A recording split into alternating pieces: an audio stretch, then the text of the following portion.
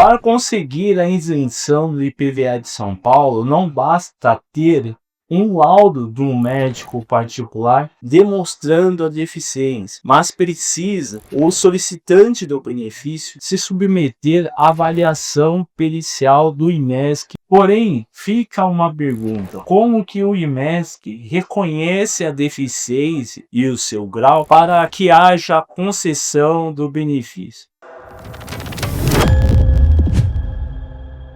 Se você não conhece o nosso canal, meu nome é Thiago, sou PCD que nem você, sou advogado especialista em direito tributário e nesse dia, o qual eu estou gravando, especificadamente no Carnaval de 2025, está hiper calor aqui no ambiente qual eu estou, tá com o ar condicionado ligado, contudo, você vai perceber alguns ruídos, então eu peço a sua compreensão. Então, sem muitas delongas, vamos para o vídeo. A lei do IPVA de São Paulo, no seu artigo 13º-A, inicia uma seção falando sobre as regras da isenção do IPVA. Ela menciona que a pessoa que for solicitar o benefício, for PCD, ela precisa se submeter à avaliação biopsicossocial. Acontece que no Brasil essa avaliação ainda não foi regulamentada.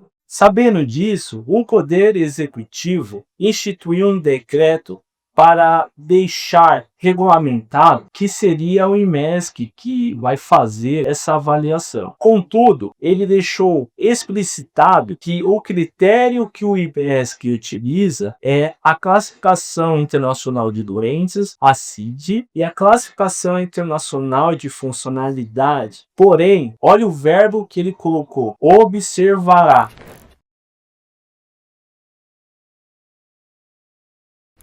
Deixa claro que o perito tem que obedecer esses dois critérios. Em outras palavras, o IMESC não avalia somente a patologia em si, mas ele avalia, com base na CIF, o impacto dessa patologia no dia a dia da pessoa. Qual que é o impedimento que essa patologia gera e algumas atividades do dia a dia dessa pessoa para poder dizer se há deficiência e bem como, qual é o grau dessa deficiência.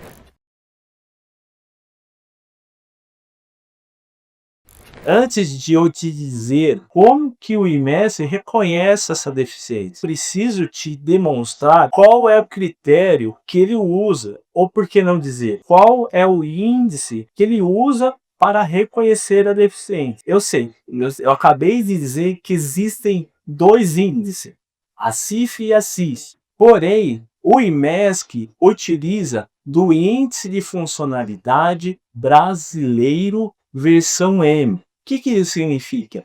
Que eles pegaram a CIF e traduziram, adaptaram para a realidade do Brasil, em outras palavras. E esse índice jamais ela pode contradizer com a CIF e jamais ela pode ser superior aos critérios já instituídos na CIF. Então é importante você saber disso. Mas esse índice de funcionalidade brasileiro versão N, ele visa avaliar, como eu já mencionei para vocês, as atividades do dia a dia da pessoa. E acontece que essa avaliação é baseada em pontuações. Imagine as seguintes atividades: domésticas, cuidados pessoais, aprendizagem, comunicação e outros, em que vai ser perguntada à pessoa no dia da perícia se ela consegue fazer essas atividades de forma independente, de forma que precisa de adaptação, necessita do auxílio de terceiro ou de forma que necessita totalmente de terceiros, é dependente de outra pessoa. Por que eu estou mencionando isso? Porque se no dia da perícia for perguntado e você responder que consegue fazer uma atividade doméstica sozinha, você vai receber a pontuação 100. Se você responder que precisa de um auxílio, por exemplo, muleta para caminhar, você vai receber pontuação 75. Se você responder que você precisa de auxílio de terceiros para fazer sua higiene pessoal, você vai receber uma pontuação 50. Se você responder necessita de terceiros para fazer integralmente aquela atividade, vai receber uma pontuação 25. Posteriormente a isso, vai haver a somatória desses pontos. A pontuação em que vai te dizer se você tem deficiência, a pontuação que vai dizer que você tem deficiência, mas do grau leve, do grau moderado e do grau grave. Eu vou deixar no primeiro comentário fixado um link em que você vai ter acesso a essas perguntas, a essas atividades. Mas é importante você se atentar para a seguinte coisa: esses não são somente o único critério. Tem situações que existem outros critérios. Aqui vai um merchan nesse vídeo. Caso você queira fazer uma consultoria com a assessoria ACCEI, em que você consegue ter uma instrução como você deve se portar de forma legítima, a gente não está falando para você mentir,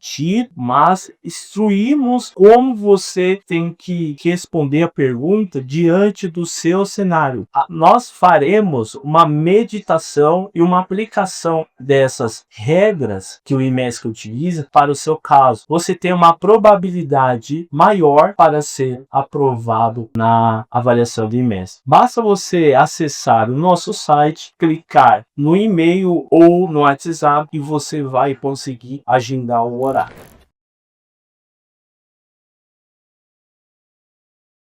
Agora você vai conseguir entender como o IMESC reconhece a deficiência e o grau. Você percebeu que existem pontuações. Vou dizer para você aqui quais são essas pontuações. Essas pontuações, ela está no Índice de Funcionalidade Brasileiro e versão M, que existem vários gráficos. Eu vou demonstrar para vocês o gráfico geral. Por quê? Porque esses gráficos são por idades e são por categorias de deficiência. Por exemplo, de 0 a 14, aí tem a categoria de deficiência intelectual. Esse gráfico é um gráfico que tem lá no índice, porém é um de vários que existem. Se atente a isso antes de você cravar alguma coisa, se você tem deficiência ou não, se o mestre fez avaliação ou não. Procure uma consultoria para você estar instruído se vale a pena ou não apresentar recurso.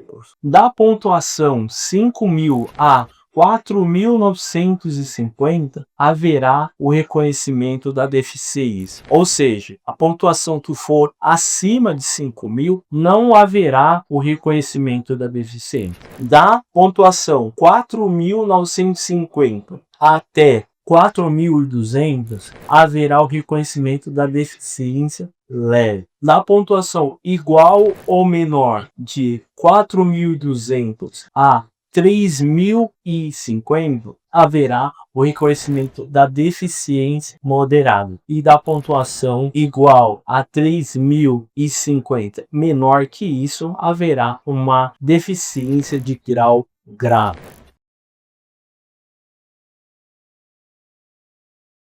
A problemática do IMESC usar um índice e a lei dizer que existe outro índices, e aí você sai do campo do IPVA, você vai para o campo da CNH, é outro critério. Se você sai do campo da CNH e de IPVA, você vai no INSS, é outro critério. Isso é uma problemática, o qual afeta muito os beneficiários. Por que eu estou dizendo isso? Porque já aconteceu de ter pessoas da mesma patologia, da mesma família, ter um benefício reconhecido e o outro ter o benefício negado. E estamos falando da mesma patologia. Foi necessário essa pessoa que teve o benefício negado se submeter à mesma clínica que o primeiro que teve o benefício concedido para conseguir avaliação favorável.